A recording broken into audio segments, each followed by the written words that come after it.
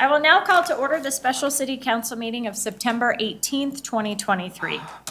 Members of the public are invited to attend in-person meetings in council chambers. Public access to this meeting is also available by telephone by using the call-in numbers posted on the meeting agenda. Meetings are broadcast on Channel 8 for Comcast and Xfinity subscribers and on the city's YouTube channel online. Joanna, will you call the roll, please? Mayor Leidy, Here. Mayor Pro Tem Luke Manharamasa. Here. Councilmember Long. Here. Councilmember Jaramillo. Here. Councilmember Kondo. Here. Councilmember Burns. Here. Councilmember Goff. Here. Councilmember Brown. Here. I know. Councilmember Walker. Here. Thank you. Right, I will entertain a motion to recess to executive session pursuant to Section 4.5D of the City of North Glen Home Rule Charter for legal consultation and advice regarding managing public spaces. Motion to move to executive session. Second. Please open the vote. The vote is open. You are going to make me log in. Councilmember Burns, how do you vote? Yes. Maybe. We, I know. Yeah, go see I that thing. pinned her screen up. Oh. Look, got eating problems like me.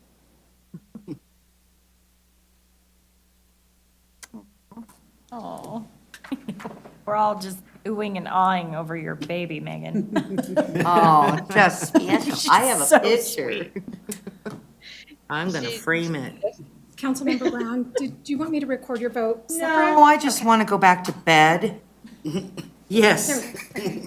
So I will close that vote, and the motion to recess to executive session passes unanimously. Thank you, Joanna. I apologize. No worries. Okay, we will recess to meet in executive session.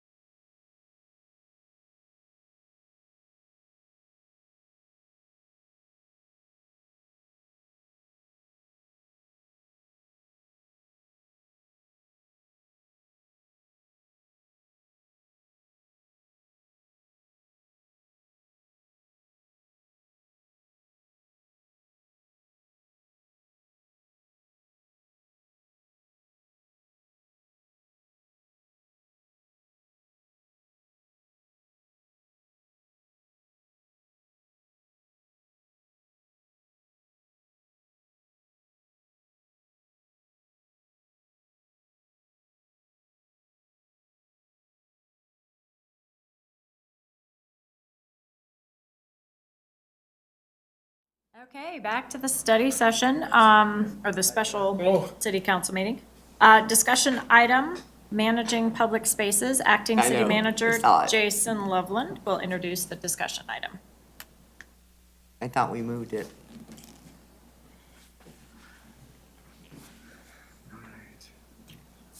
All right, good evening, Mayor, members of council. Sorry, I wasn't in my chair yet. I know, hi. So, just real briefly, to start this item, we're here to provide some follow-up and introduce some new strategies. This is follow-up from a conversation that we had September of 2022.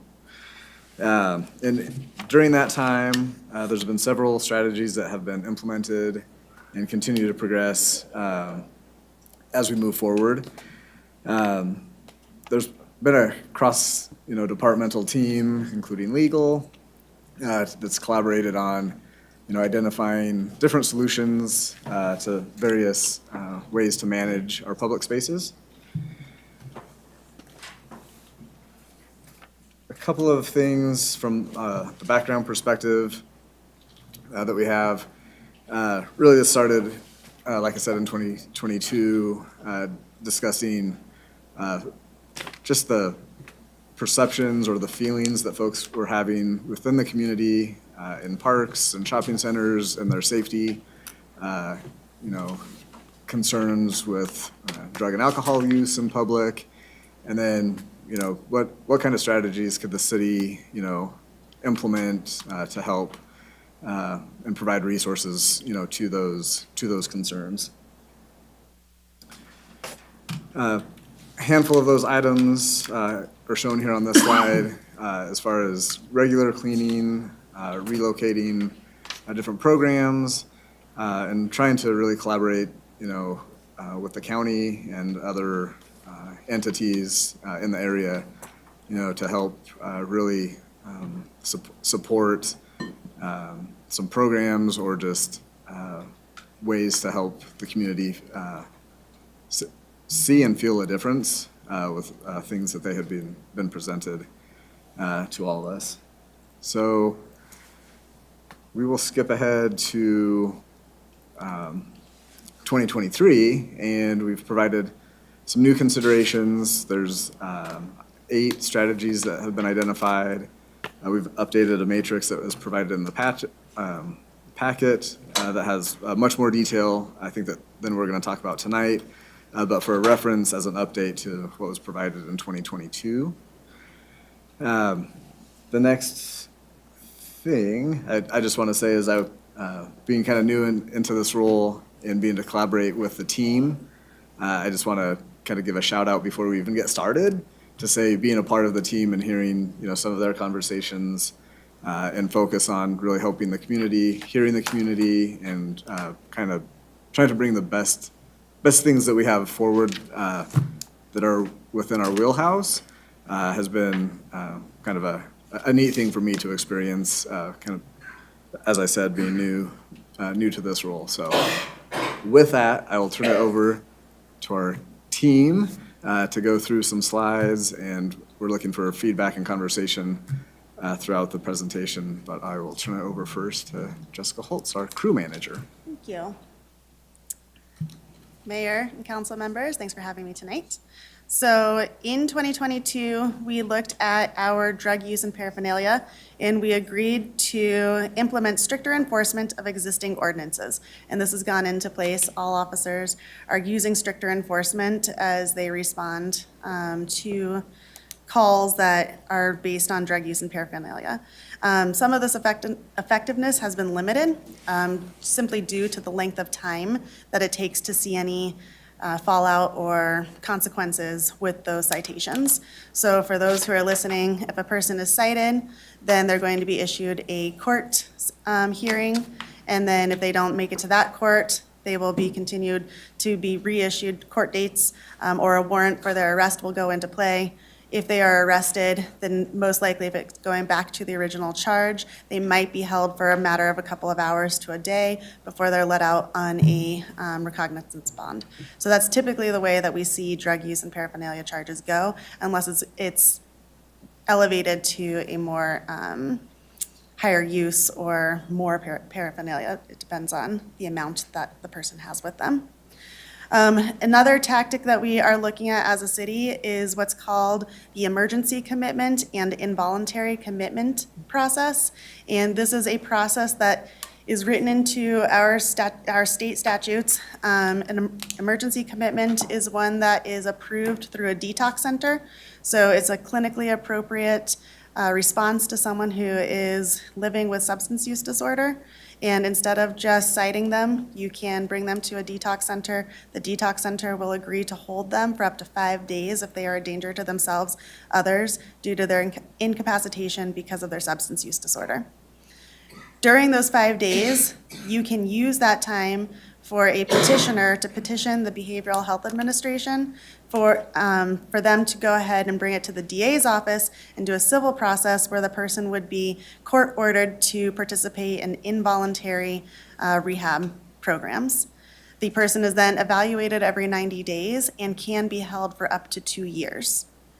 We are using our city attorney to look at the effectiveness and the legalities of who can be a petitioner and what are best practices across the state.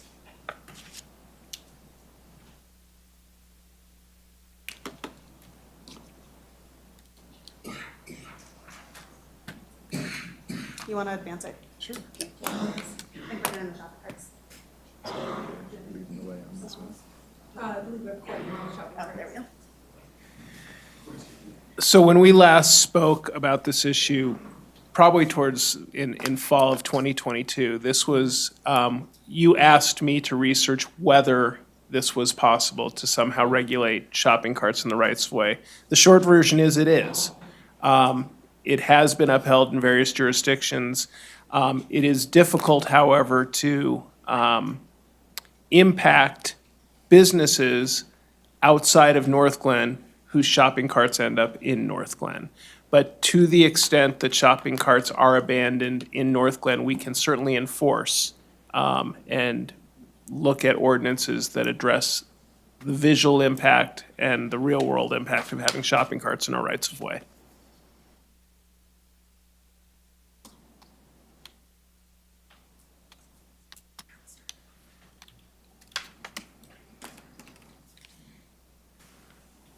Already voted.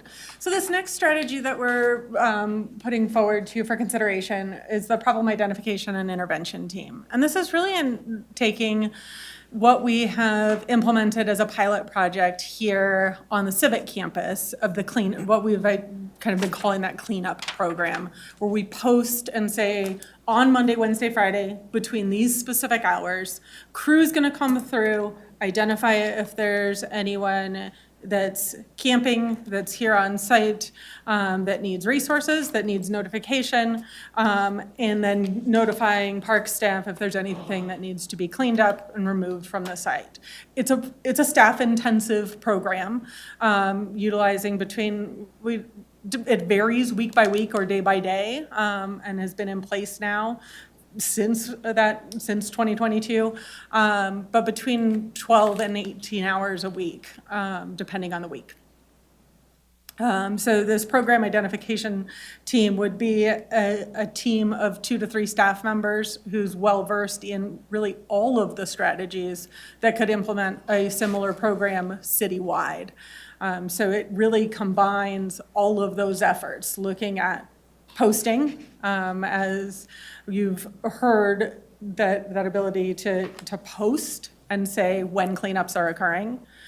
Potentially the ability to use reverse posting in some cases, but also having the resources to be able to conduct those cleanups in all of those areas, not just on the Civic campus, but any of our city-owned property or rights of way citywide would need additional resources in order to accomplish that. So that's this problem identification and intervention team that's proposed here. And that's why you see this combination of strategies 1, 3, 4, and 17 on this slide. And then, as Jessica just reminded me, the space to hold those things with the presumption that with a heavier enforcement and identification of items, that there would be more items potentially collected and needed for storage. Do you want to add anything else to that particular slide? And just the impacts you've seen on the current pilot and how you would Yeah, expect so that to expand? the pilot program has been effective. It's doing what it was designed to do, which is to cut down on the encampments that we were seeing on E.B. Rains Park and the Civic Campus. As Amanda said, it is time intensive and would need a dedicated team if that was going to be implemented citywide. But it is effective, and we are seeing the benefits of that. Councilmember Kondo, do you have a question on this slide? Yes, I do. Okay. So you said, Jessica, it would require 2 to 3 additional people if we were to do it citywide. If we were to just limit the scope of this to the Civic Center campus, how many additional So that's headcount? what it's limited to right now, is Civic Campus and E.B. Rains Park. So it's kind of that whole 120th to City Hall, and then from the east side of E.B. Rains Park, Webster Lake area, all the way over to the tunnel is the area that that's encompassing. And that's what our current staff and staff time, so that 12 to 18 hours a week is already being dedicated, shared between my team and Amanda's team. If it was to be implemented across the city, I don't think that our teams would be able to handle that. That would need to have a dedicated team. Gotcha. This whole, the additional activity of the reverse posting, though, if we were to just do that at the Civic campus, would that still require additional headcount? I don't think we're proposing the reverse posting on the Civic Campus or expansion of the pilot program on the Civic Campus. That would just be if you wanted to expand that citywide or beyond the 3 days a week that we're currently doing. Understand. Thank you. You're welcome.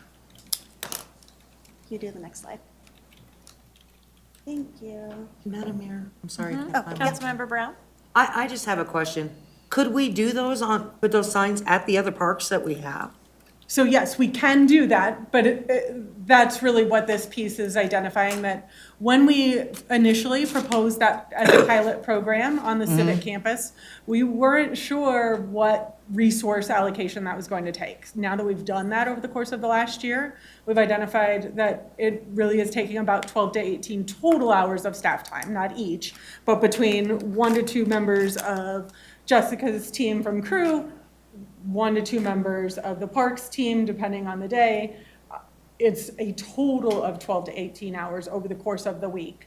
If we were to expand that, we don't have additional staff resources to draw. We've been able to absorb those 12 to 18 hours within our existing schedules, and that's working for us.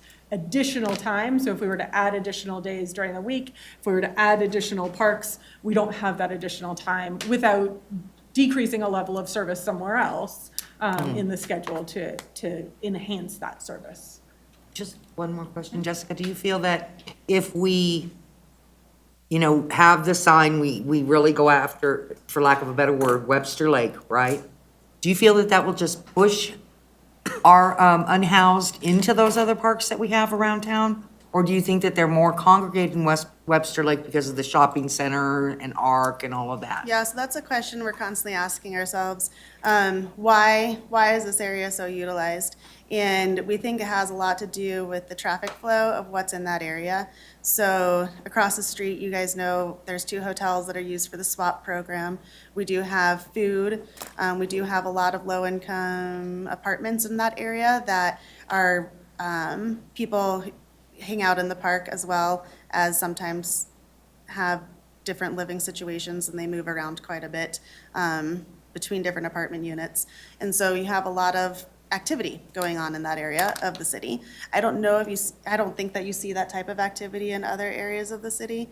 So right now, I don't think that anything that we change in the E.B. Rains Park is going to push anything, because we're already doing this practice in E.B. Rains. It's already happening, and so it's just cutting down on the level of encampments that we're seeing there. We still engage with plenty of people over there, but it's not the encampments that you see other places. What's the second spot? Because I knew about the first hotel that became a spot. So there's two hotels off of 120th. So there's what used to be the Sure Stay and the Baymont. They both participate in They the, both in the did, swap. okay. And then further down on 120th, you have Suburban Extended Stay in Westminster that also participates in the swap program. Thank you. Yep. So another thing that we talked. You can start this one off, and then I will. Okay, perfect. Jump in. Yeah. Jump in. So this one is another strategy we talked about in 2022, which is to relocate the lunch program. There's a voluntary lunch program that participates in E.B. Rains Park on Tuesdays and Thursdays. And that was grown through an individual who started eating in the park and sharing their food, and then other passerbys saw that and started to chip in food, and then it was organized by a church who grew it onto Tuesdays and a second church who grew it into the Thursdays. We had looked at voluntarily asking those groups if they would like to relocate, if we could find a different location for them. We did find a different location over at the Human Services Building. Human Services Building agreed to host their lunches as well as set up a laundry service truck for them one day a week.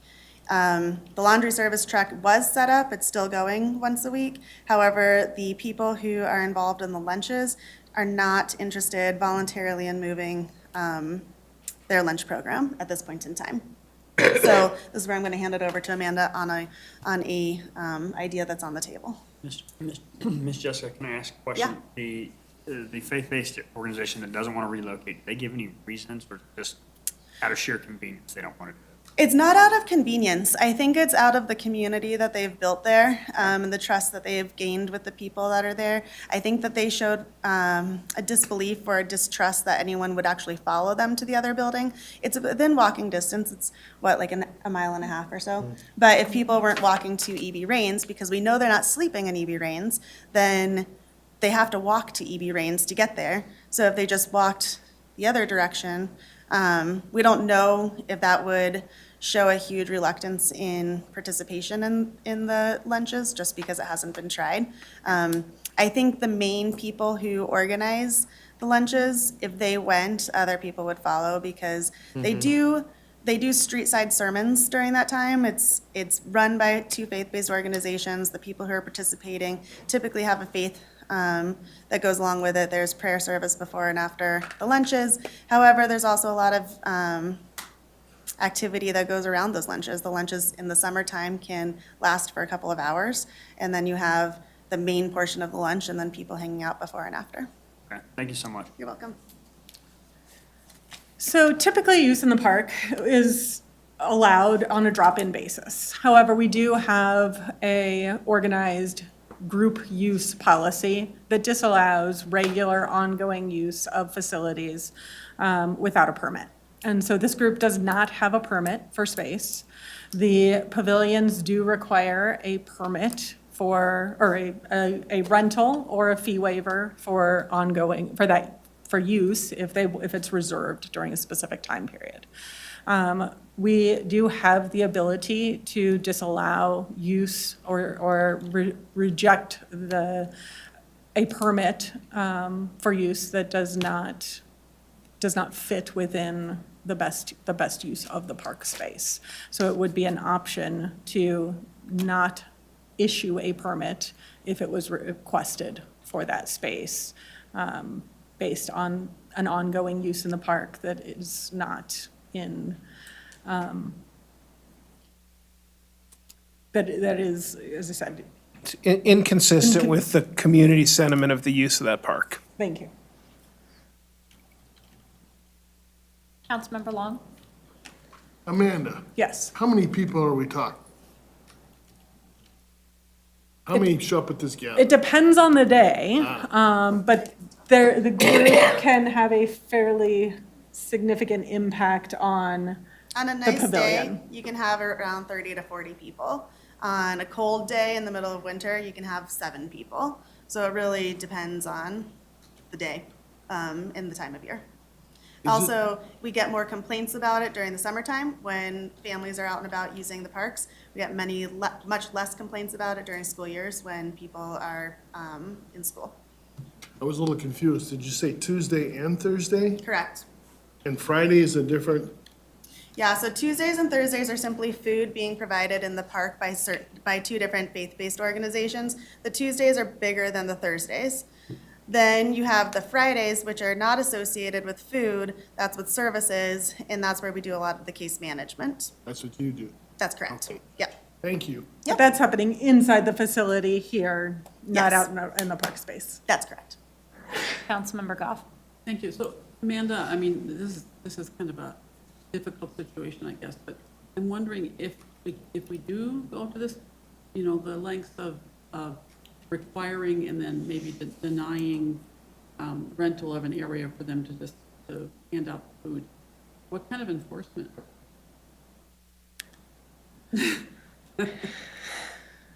That is a good question. I mean, I do have a concern about that because, you know, if these people are really dedicated to gathering and they have, you know, a community and all this, and they don't want to move, I mean, I don't know if we can anticipate or if there's any plans to deal with some resistance around moving. So typically, our enforcement would be, and I may ask for PD or Corey to jump in here, because typically our enforcement from a group use policy would be suspension from use of spaces. Not providing a group with a future fee waiver, like that's usually a pretty good motivator for groups, right? If we're not providing a fee waiver. We don't have any of that to use with a group like this if we're just simply denying the ability to even rent a space to begin with. So And this is probably a good opportunity to just identify that when the city is looking at this, what it can't do is anything that could be seen as criminalizing homelessness. So in terms of enforcement, it would be not only related to this, but it would be consistent enforcement of any other groups that did the same type of use of the park without a permit. And it would have to be consistent enforcement against everybody that had group activities without a permit. So it would be a much broader policy-based and not geared only towards these groups. Okay. Oh, thank you. And as Corey said, we've enforced before, but it's typically been a group who's coming and asking for a fee waiver.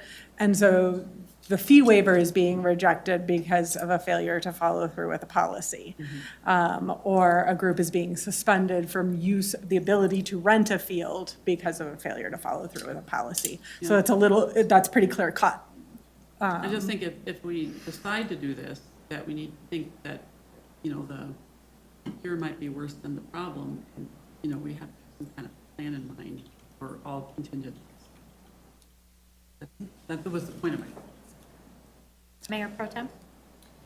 Thank you, Madam Mayor. I just have a question that you may or may not know the answer to, or maybe this is a Jessica question, but has this faith-based organization thought about hosting the lunches themselves at their place of worship or wherever, just because if they've built such a great relationship with these folks, that they have 30 people showing up, I would assume that, you know, trust issue-wise, they would follow. It's just a question. It's a great question. I don't know the answer to it. When I've talked to them about it before, these lunches grew during COVID, so the outdoor space was ideal. We are no longer looking at that, even though last winter, we also approached to see if they would host them in their own spaces. My belief is that the faith-based organizations are not close to that area. So the space that we were asking if they would want to move to is closer than even their faith-based organizations, as far as I know. At least one of the organizations is not based in North Glen. I believe neither of them are. Oh, Yep. thank you. Yep. Anything else on that? Yeah, Councilmember Walker. Mr. Pori, just curious, I'm just spitballing an idea. If we're getting high complaints in the summertime and we can't be targeting or criminalizing homelessness, would it be seen as that way if we denied the permits for half the year, like when the complaints are the highest? Is that a feasible option, or is it all or nothing? If it was all or nothing, even if limited to time, that's acceptable. But it can't be, but it's got to be across the board. It can't be geared towards any particular groups. But it can be time limited. Okay, thank you.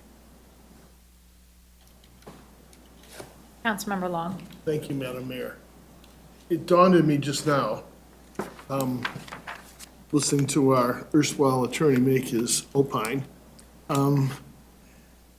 If we don't enforce this, are we then setting the legal precedent for other not-for-profit worthy groups that might also then avail themselves of our space without permit? Is that what you're fearful of?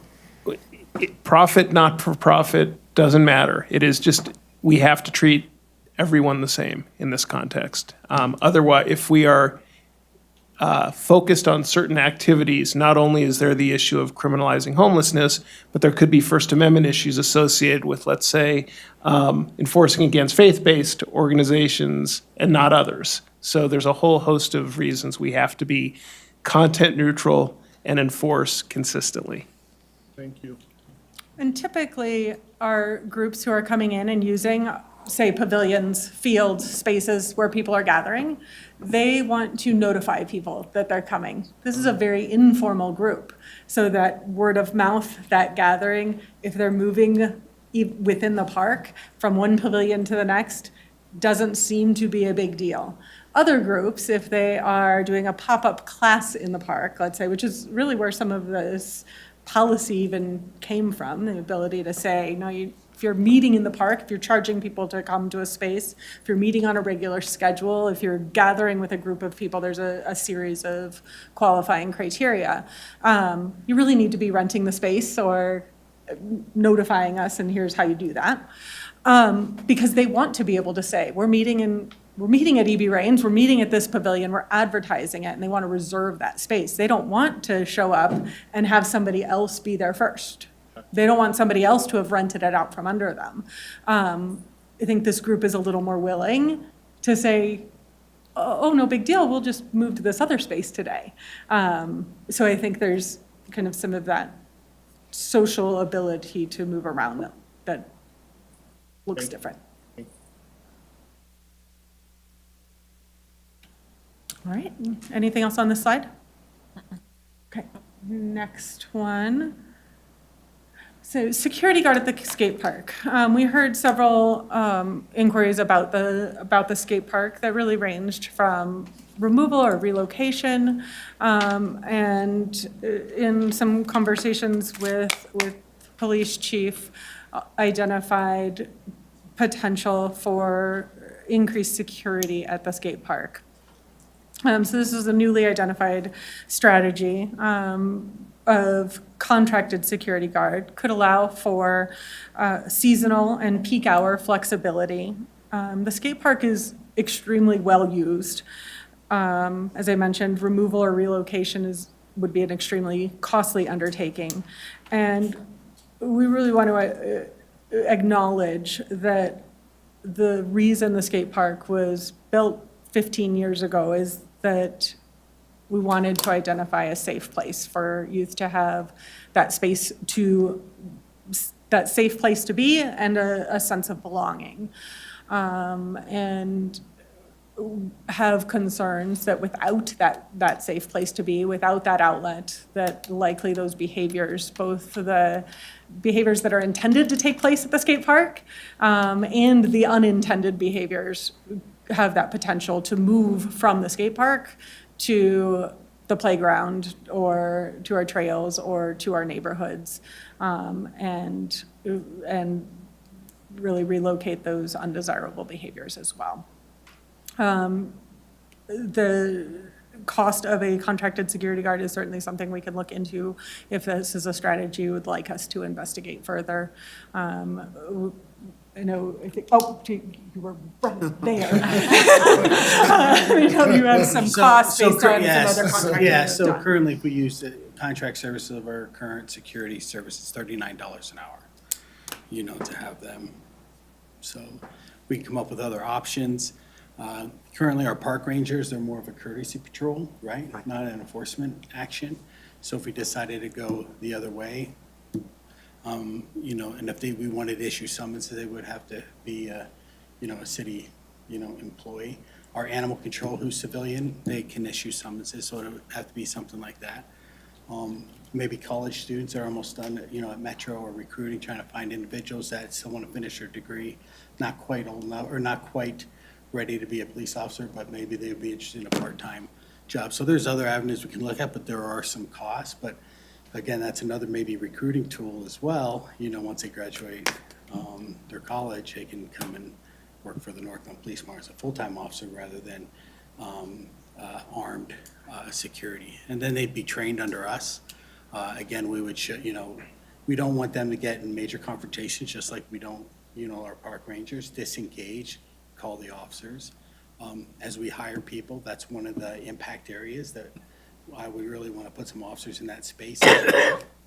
So having a security person on those high hours, high use times, but also having a patrol bike unit or something that's going into, I mean, the 11701, 801, the Safeway, our park, our tunnels, you know, where they're patrolling that, they also always have that backup and resource available to them. So, and I agree, you know, one thing, it's so important to provide opportunities for our youth in our community. Like I told everybody before, at one time, we gave out a community grant program where we gave kids passes to the rec center and passes for activities and things to do. If they're not doing something that's structured, and this is not, you know, that, you know, just keep them busy so they're not getting in trouble. And I think, you know, the skate park and everything else, and maybe build in some programming, you know, parks and, but again, that we bring that back later, programming for those kids in those areas of those peak times to bring the good kids in, where the other kids won't want to be there because all the good activity. So that's my 2 cents on security and programming. And I think part of the reason we identified security or that contracted piece or alternatives rather than officers was just based on the stresses that PD is already feeling and that you've already heard a lot about in terms of being able to maintain that staffing level. So looking at what are those alternatives to be able to provide some additional security, additional supervision without additionally taxing the staff that we have. Councilmember Kondo. Thank you, Madam Mayor. I'm just curious whether, as part of the construct here, you consider partnerships with, like, say, Big Brother or Big Sister, or for that matter, any other NGOs or faith-based organizations where they can provide, you know, some wholesome, sort of good mentorship, if you will. You know, not only just going the security route, but at least trying to find people that are good role models for these younger folk. I think that's important. I think we have some programming pieces that are happening that we can always expand and grow on. But based on what we've seen, where our challenges have been, even with the park ranger program, right? The ranger program is identified as Chief mentioned earlier, as that kind of first line just deterrent and opportunity for seeking compliance, but through education, through being a presence in the park. And we've got some significant disrespect for that because there's a lack of enforcement. So the reason that you're seeing this strategy is because there's a need to step up the level of enforcement. Understand. Councilmember Brown. My question has to do with the last time you came before us, Chief. You explained to us that we had, you know, like this Lord of the Flies thing going on over at the skate park. Do we feel that any of that, you were going to put an officer, you know, we had the one that rode the bike, the one, I think it was that one Saturday or whatever. Have we seen any improvement in that?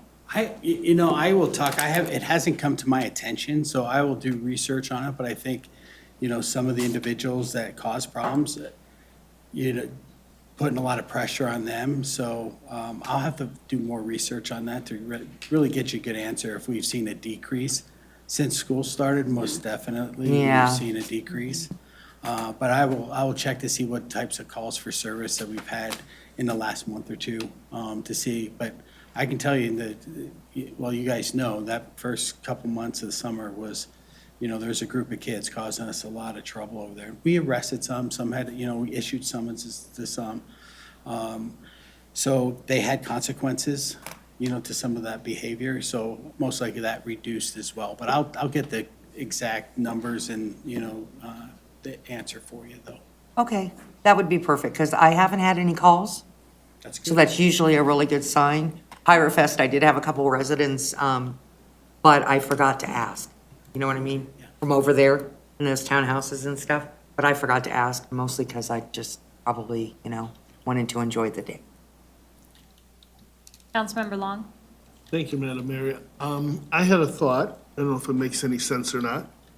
If we put a timeline on it with a curfew and put it on the parents, such as that the parental responsibility, custody of a minor, 18 years old or younger, shall be responsible if the person shows up in violation of the curfew hours that I said. Let's just say, for sake of argument, midnight to 5:30 or 10 at night to whatever makes sense, 6 o'clock in the morning, whatever you make. I'm just throwing that out as a possibility. Well, we've issued curfew tickets to the juveniles, and the parents are notified and made aware of that ticket. I haven't issued a summons to a parent for allowing their child to have curfew. So that's something I'd have to talk to Corey about and see if there's any other jurisdictions that are doing something similar. Just a thought. Yeah. Mayor Pro Tem? Thank you, Madam Mayor. The time for determining where the skate park is located has passed, and that cost is way too expensive to relocate it or get rid of it. And it's sad to even think of that because it was for that purpose, right, to give our youth a place to hang out. With that being said, I will say that just doing random searches, something popped up on this longboarding and skateboarding place that kind of writes reviews. And there were a lot of great reviews for the skate park, like it has such unique features. But one thing they mentioned was very crowded with rude, rambunctious kids that were up to no good at 9 p.m. And they went the next morning and had the park all to themselves. So I think having that security is important. I'd love to see that programming piece and activating that space for its intended purpose in the first place. So I'm with Chief on that. I think I mentioned this a couple of council meetings ago, like some type of, like an SRO program or a mentorship program or something that makes connections with those youth.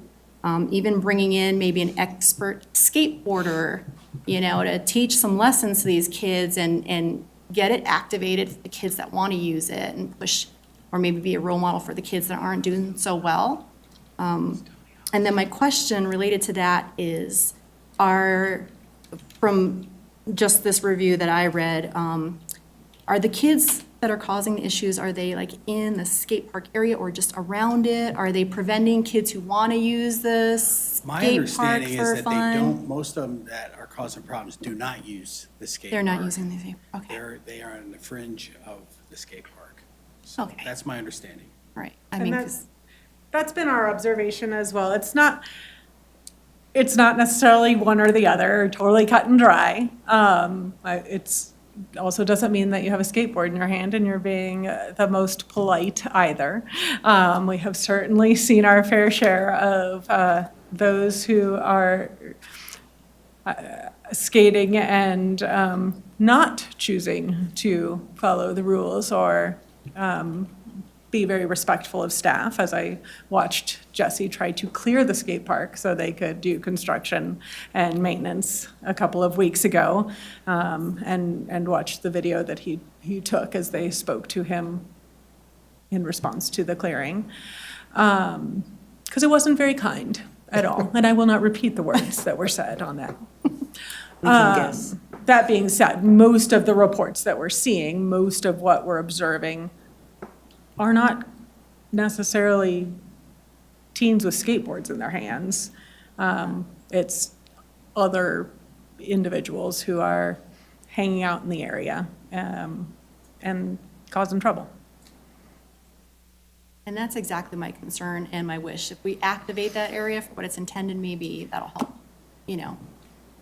fill it up with the kids that want to use it and prevent some of the unwanted behavior, along with all the SEPTED studies and assessments that are being done too.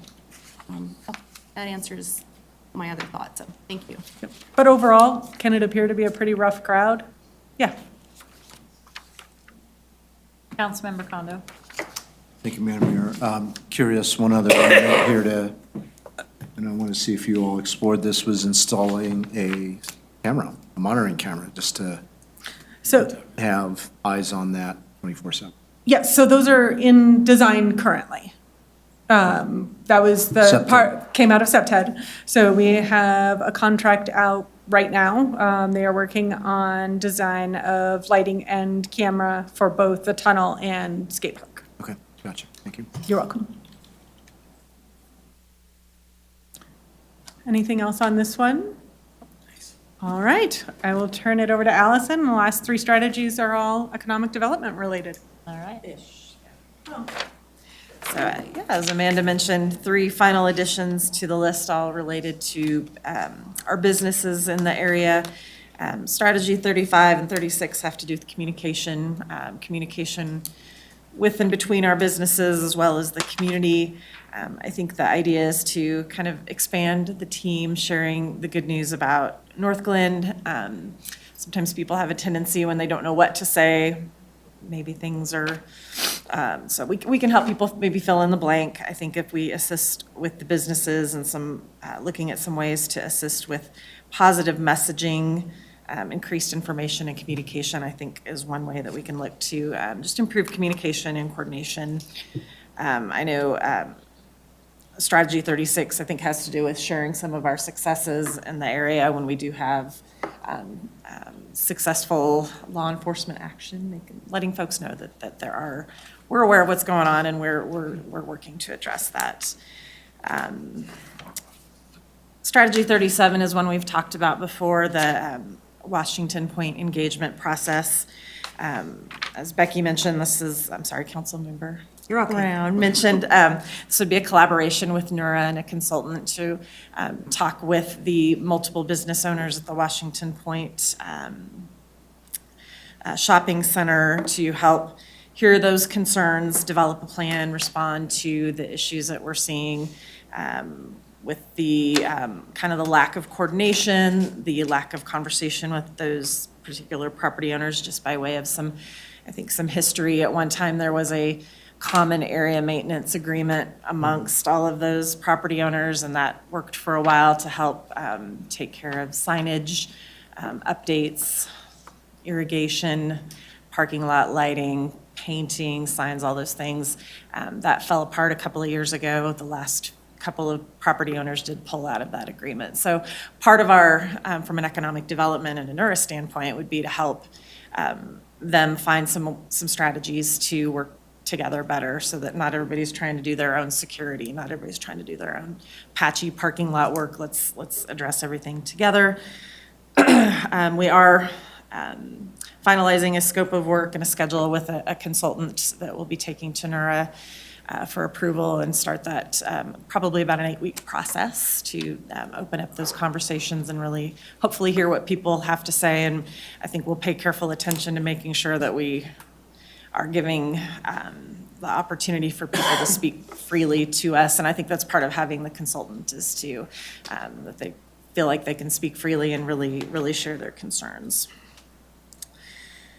And then strategy 38, I think, is really more of a possible outcome. I think we have identified, again, with Washington Point, a need to create a mechanism for them to share in the maintenance and just what goes on in the shopping center. And so one option is to establish a business improvement district into which all of those property owners would pay.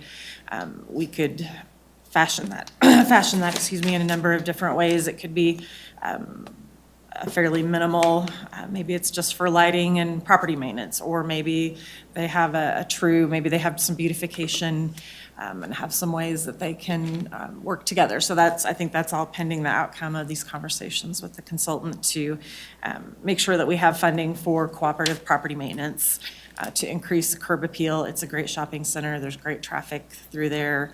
There's no reason why it can't be successful. And then if that model works, maybe we'll look at expanding that to other shopping centers in North Clinton. So, any questions about those 3 new strategies? I know we've talked about some of those already. Mayor Pro Tem? Thank you, Madam Mayor. So Business Improvement District, I think, is a brilliant idea. I know as a business owner, I've said this before, I don't know how they're surviving without CAM, because that is how everything gets done, from the parking lot getting paved, to snow being removed, to refacing and redoing how the shopping center looks. So it's very discombobulated having so many different owners. And I just think that this is a brilliant way to try to bring those together, along with that collaboration with NURA. Because once that starts to improve, I've seen this firsthand, moving into business areas that are, considered rundown or whatnot, and just putting businesses in there and refacing adds new life to it, brings new people in there to kind of I love that word tonight, I guess, reactivate the space, reactivate the businesses. So I just want to say it's crucial. It's crucial for these businesses to survive and, to bring people back in there. So great job. Yeah. Really great job. Thank you.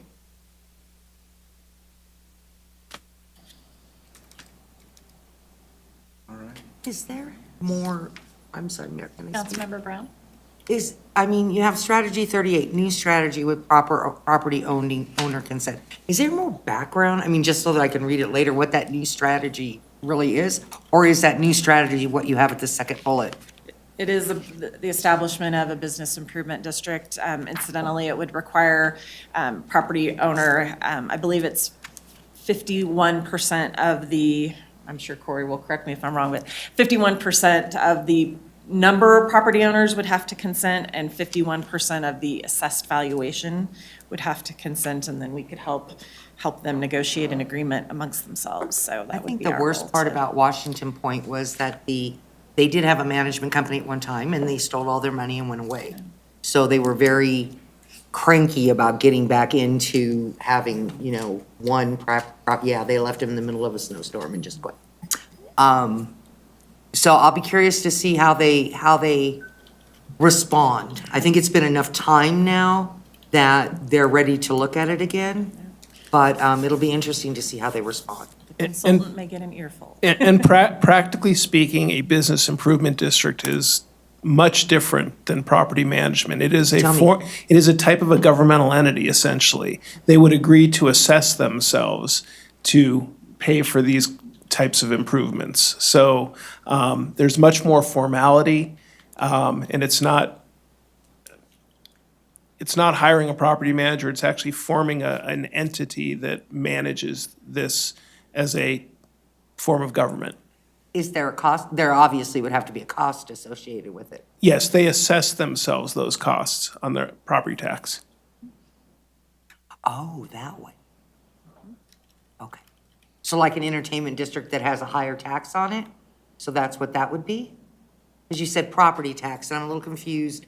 Nothing to do with an entertainment district. There is No. no taxes associated with an entertainment I'm district. trying to understand what you said about on their property taxes. Yes, so when Allison mentioned 51% of the property owners and 51% of the assessed value, essentially it is a mechanism where they would agree to assess themselves on their property tax bill for the cost of this.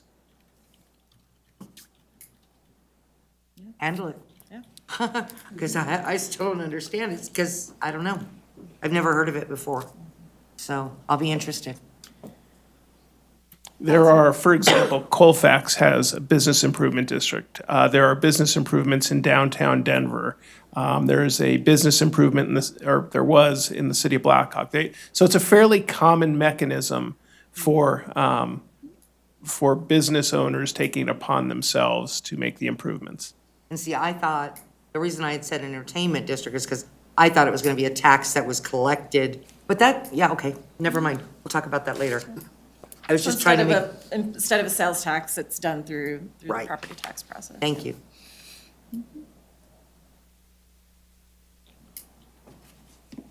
Well, with that, I guess staff is looking for direction from council. Not anything on the new strategies that were provided or any of the past strategies that are necessarily going to be solved and resolved and finalized tonight. But really getting some feedback from council on, especially the new 8 items or so that were presented tonight. If you have feedback on things that you would encourage us to pursue and get more information on, or if there are strategies that you're like, not that interested in. So I'll pause there and allow you to discuss. All right, Councilmember Kondo? Thank you, Madam Mayor. I guess I'll kick off, and I think it's probably easier for me to say which strategies I'm not really interested in pursuing. I would say 7, which is slide 17, and then the combined strategies of 1, 3, 4, 17, which would be slide 19. All others I would be in favor. And then I do have an idea, but I'll reserve that until others provide their input. So I'm just trying to take notes, Councilmember Kondo. So slide 17, or no? Ones that I would say no to are strategy 7 and strategies 1, 3, 4, and 17, which is all bundled together on, So you're on the graph, right? yes, Okay, because I was looking at the front. I'm on the slides too. And then the 1, 3, 4, 17? 117, known as the Okay. PII team, the Problem Identification and Enrichment Team. Okay. Anybody else want to weigh in? Councilmember Brown?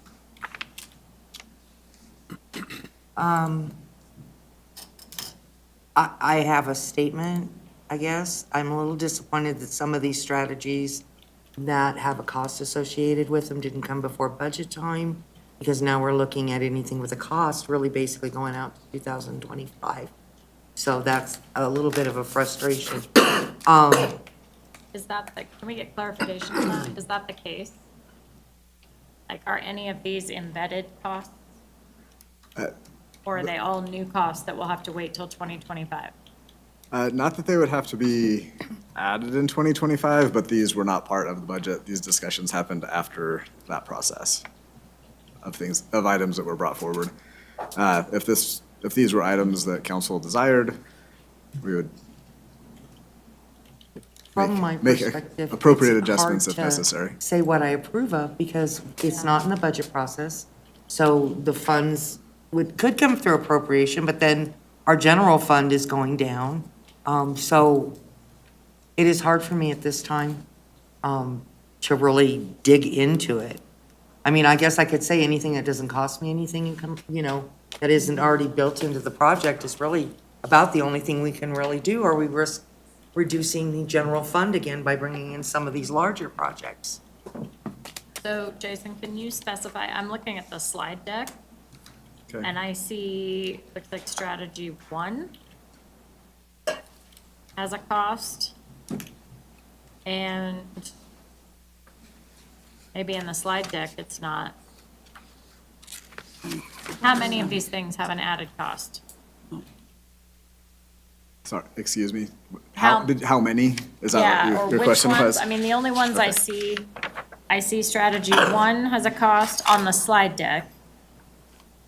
Is it possible just to get a little phrase of what that is, so we're not always constantly looking on Yeah, this? 'cause what's the Well, slide deck, I'm what's the just graph? scrolling up and down the slide, so, on page 19 of the slides, it says, discussed and not selected, parentheses, cost. I'm assuming that's strategy number 1, the slide's not clear, so, there it is. That's what I was looking I at. think if you go up to the graph, you can better, That's or all the I'm saying is, spreadsheet yeah, determine. Yeah, what I is mean, if- strategy 1? Okay, that's remove all abandoned items that appear to be trash. If I from may parks and- jump in, I think the 2 with most significant costs associated with them, and others may comment if I'm missing any, are the problem identification and intervention team and the security guard at the skate park. Are there And any the I missed?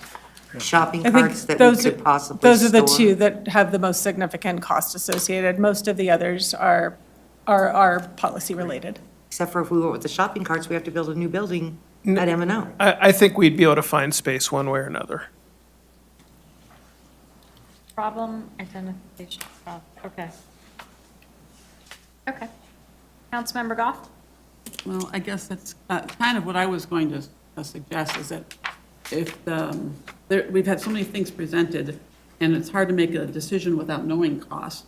So unless, I mean, I think maybe tonight might be more helpful if people said things they absolutely did not want to move forward on, and then maybe staff could come back with more details and costs of the other things, the remaining things.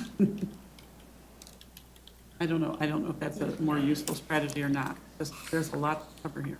I mean, yeah, I agree. I think it's cost benefit. you know. Well, and maybe this is not anything we can decide tonight, because I'm looking at this too, getting super confused.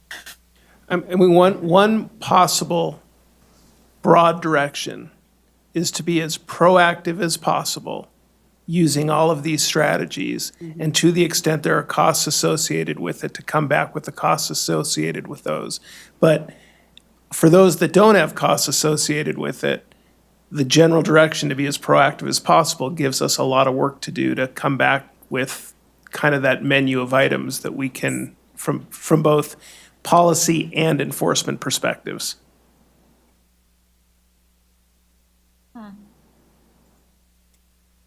Councilmember Long?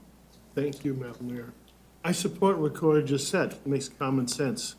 And with all due respect, we've had our subject matter experts pour over this and a task force working very hard to follow through what was said last September, 2022. So I'm in agreement with what Corey just stated as a good common sense way to go forward. Thank you.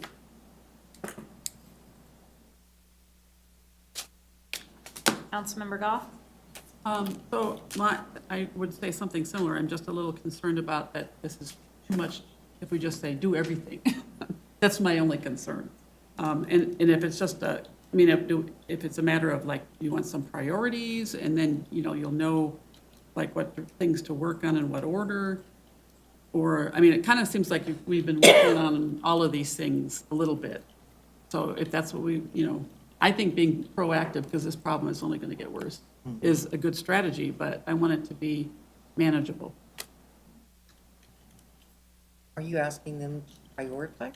Well, no, I'm wondering if we just say, yes, what Corey said, we want you to be proactive, is this possible for our staff to do all of these things? Well, for example, I would have a list of policy recommendations to bring forward in the form of ordinances Okay. that would not have cost, would not have the cost would be kind of the regular police department enforcement. Shopping carts in the right of way being a good example. Some things that we haven't discussed, but looking at our medians again to find out those medians that are more dangerous and supplementing our existing median ordinance. Other things about physical obstructions of the rights of way that we've discussed. Things like that are ordinance changes that are aligned with being more proactive would have no cost.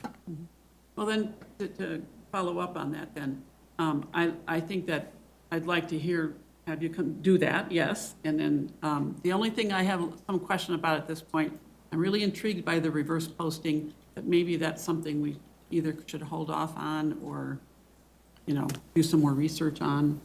Well, I think it's associated also with the cost of That's true. That's a the cost. PII team. That is one we know is a definite cost.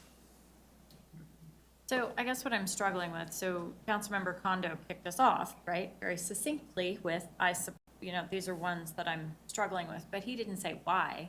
He didn't say because it was the cost. And so to just go forward and say, yeah, do it, unless it costs us money. Like, that just feels really vague to me, and it's not in line with the presentation. So that's where I'm confused. Like, do you want strategies not to proceed with, and why, additional ideas from council, and strategies to implement or further explore? I mean, that's what the slide says. But Corey, you kind of brought it down to proactive or not. Do you want us to do something or not? It's just not aligning. In addition to the slides, you have the spreadsheet that has a Yes. whole host of, and that's why I'm bringing it to that level. We certainly had a discussion in executive session about legal constraints. Right. But subject to those legal constraints, there are a lot of things that the city can do that it has the resources for, that we want the direction on whether to be more proactive. Okay, however, Councilmember Brown just made a really good point. We don't know if we have the resources to do these things. Because I think they're all great ideas, but we can't afford them necessarily. I'm not jumping into the budget process right now and jacking it all up, to be honest. And so, like, Councilmember Brown just made a really good point. Councilmember Kondo didn't tell us why he didn't like those. Maybe they have nothing to do with the finances.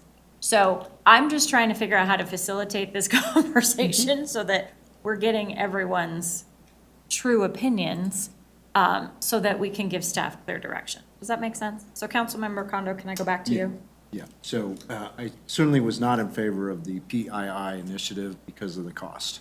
The cost, okay. Strategy 7, I just figured that one is so vague, and given the squishiness of the definition of paraphernalia, would be kind of hard. Now, the other strategy that requires money would be the security guard at the skate park, and yes, even though that is a cost, I figured that goes into the green bucket, which would be further explored.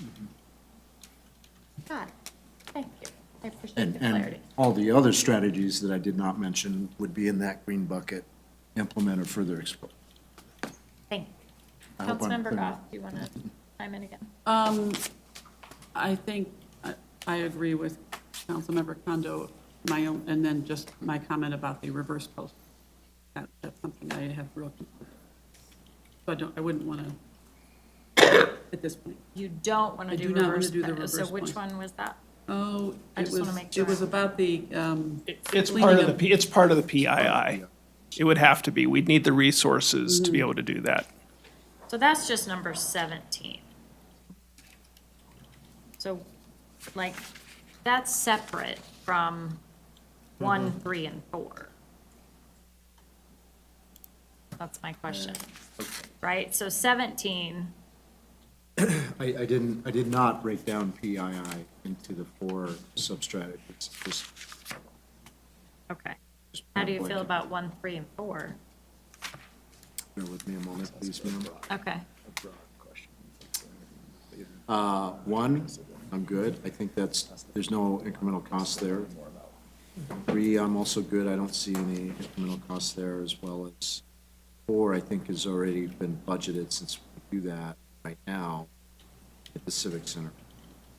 okay, so we're really looking at cost items. So 17, which includes the reverse The reverse, posting, is that broken out in its own number? see, that doesn't really spell it out there, but when they did the presentation, it was on the slide. So there's, they, That's what I'm trying to. yeah, they don't exactly overlap, or some are like combined. Okay. Councilmember Brown? Hi. I still struggle, but what Corey said to me, made sense. If it can be covered with an ordinance, then those would be the cherry pickers that we pick off the bottom, right? Anything that I have, concerns about are cost related, right? So 16, 17, a couple other ones. But, it seems like, Councilmember Kondo said, we are, on these other ones, we already have a strategy in place or direction that we're going. So staying in that direction would probably be a really good idea. I think that everything that Allison brought forward should continue in that mode. You know, I think that everything that you brought forward fits fits your wheelhouse and where we should go. And there's, never mind, just a little bit of cost, but we budgeted for it. So, I think if it requires an ordinance, for instance, shopping carts in the right of way, and all we have to do, not all we have to do, I don't want to sound lazy, but what we have to do is do an ordinance, those should be designated first. That's why I was asking about a priority list. In my mind, that's what it would have done for me. So that's my opinion. Mayor Pro Tem? Thank you, Madam Mayor. So I don't necessarily have a red just looking at it, but of course, cost is an issue. So going through the whole thing, strategy number 7, I would support because I don't believe there's any cost to it in terms of involuntary and or emergency commitments, right? That's just more of more partnerships, or I don't know if that's IGAs or how we work that out, right? So looking at the EC and the IC, the emergency commitment and involuntary commitment process, it would be more of a practice change for what we are currently doing when we are facing someone with substance use disorder. So right now, our choices are to cite them with our city ordinances, which is a way that it's a tactic we've been using. It's also a long-term one. So this would be looking at the clinical problem of what they're doing and getting them to the appropriate resources regarding their substance use disorder. Okay, thank you. When you put it that way, it seems to me that this is a very logical thing to do because I don't feel that just citing people is necessarily helping them. They need detox possibly and other measures. So for that reason, and there is no cost associated to it, I believe that this is The something I would cost support. associated would only be time commitment by putting those documents together, but that's staff. And then there's the legal analysis that Corey is doing on what that looks like when a city is being a petitioner. Yeah, for what it's worth, I think it is likely that the emergency commitment is eminently doable. The involuntary commitment may be more difficult. But it also might help somebody survive. So for that reason, I still support number 7.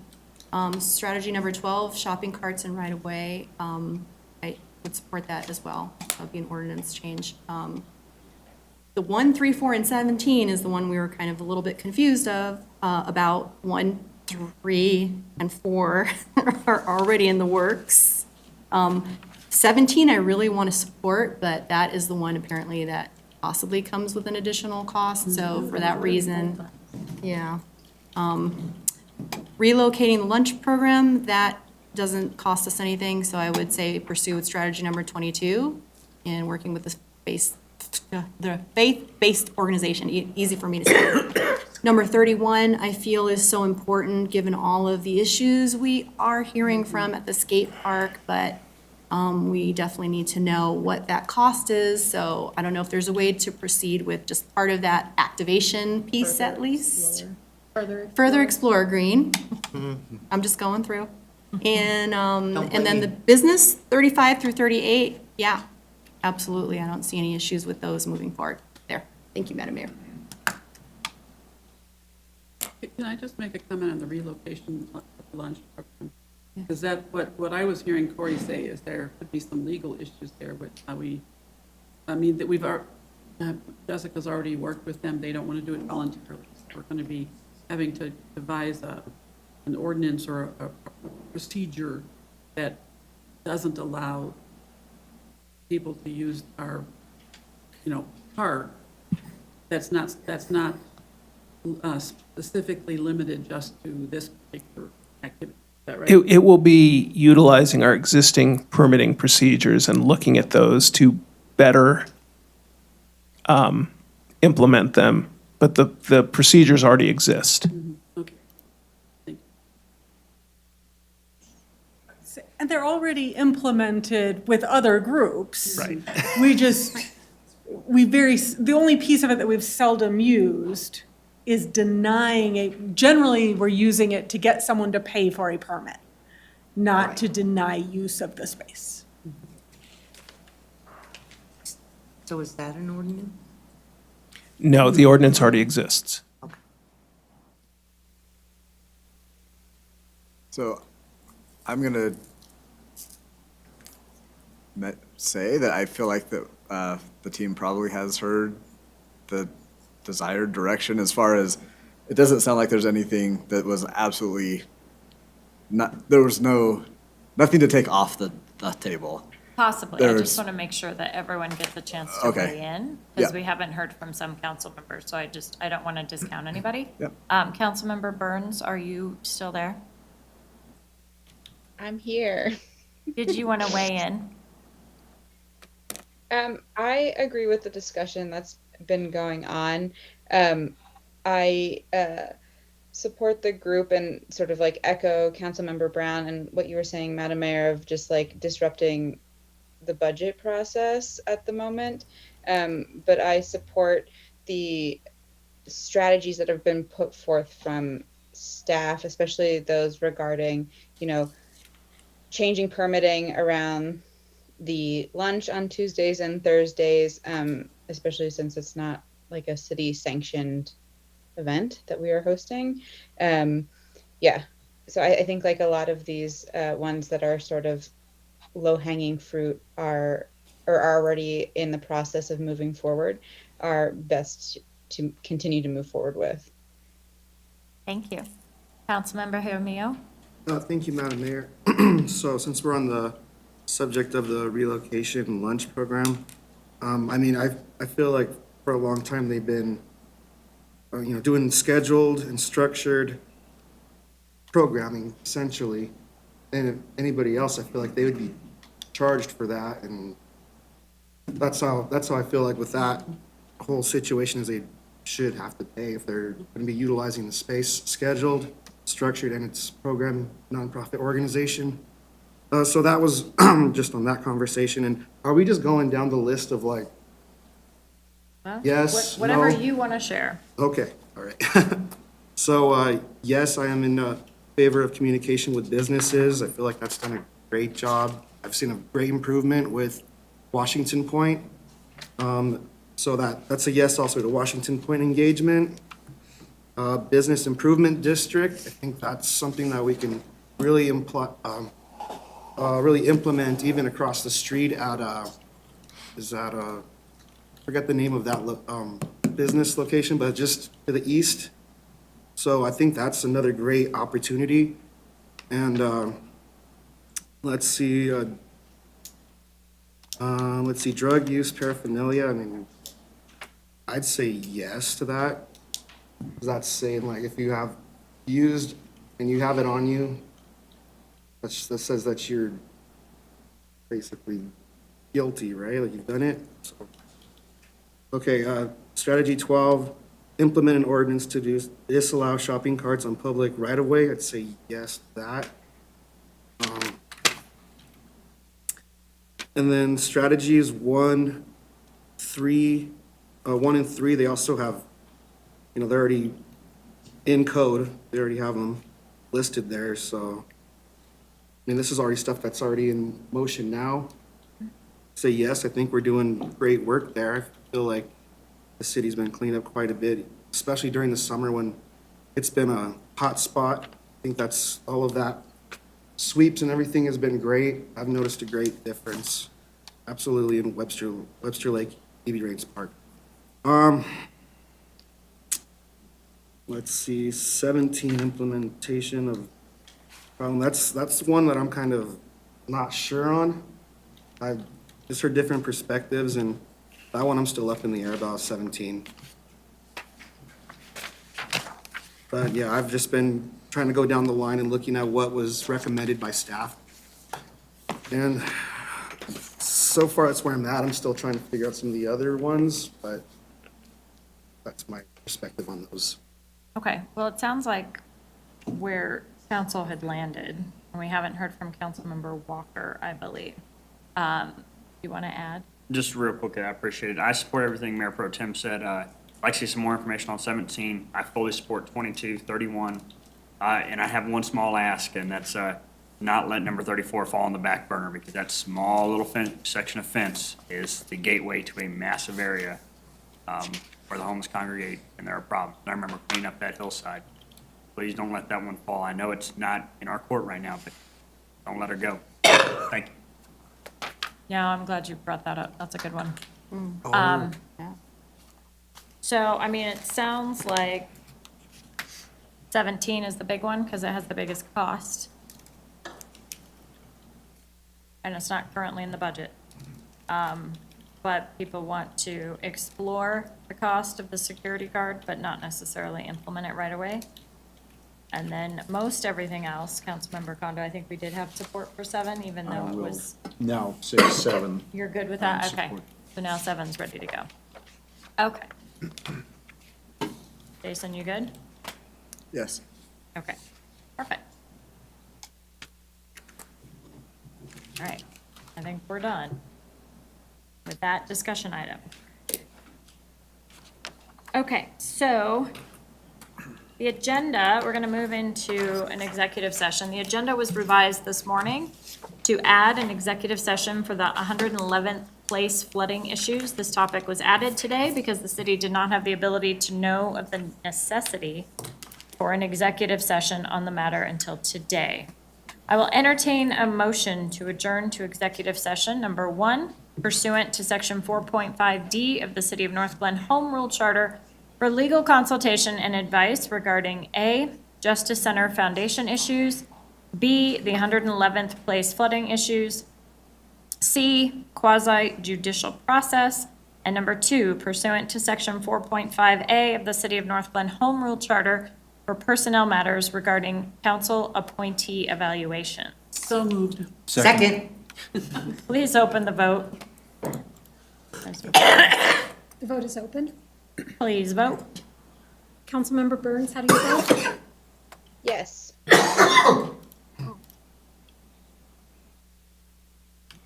I will close that vote, and the motion to adjourn to executive session passes with 1 no vote cast by Councilmember Walker.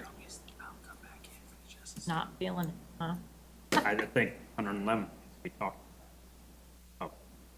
Oh, I So hear what I you're can't saying. support them all. Oh, I hear what you're saying. Do you want that on the record? Sure, the reason I voted no is because I believe the 111 flooding issues need to be brought out into the public.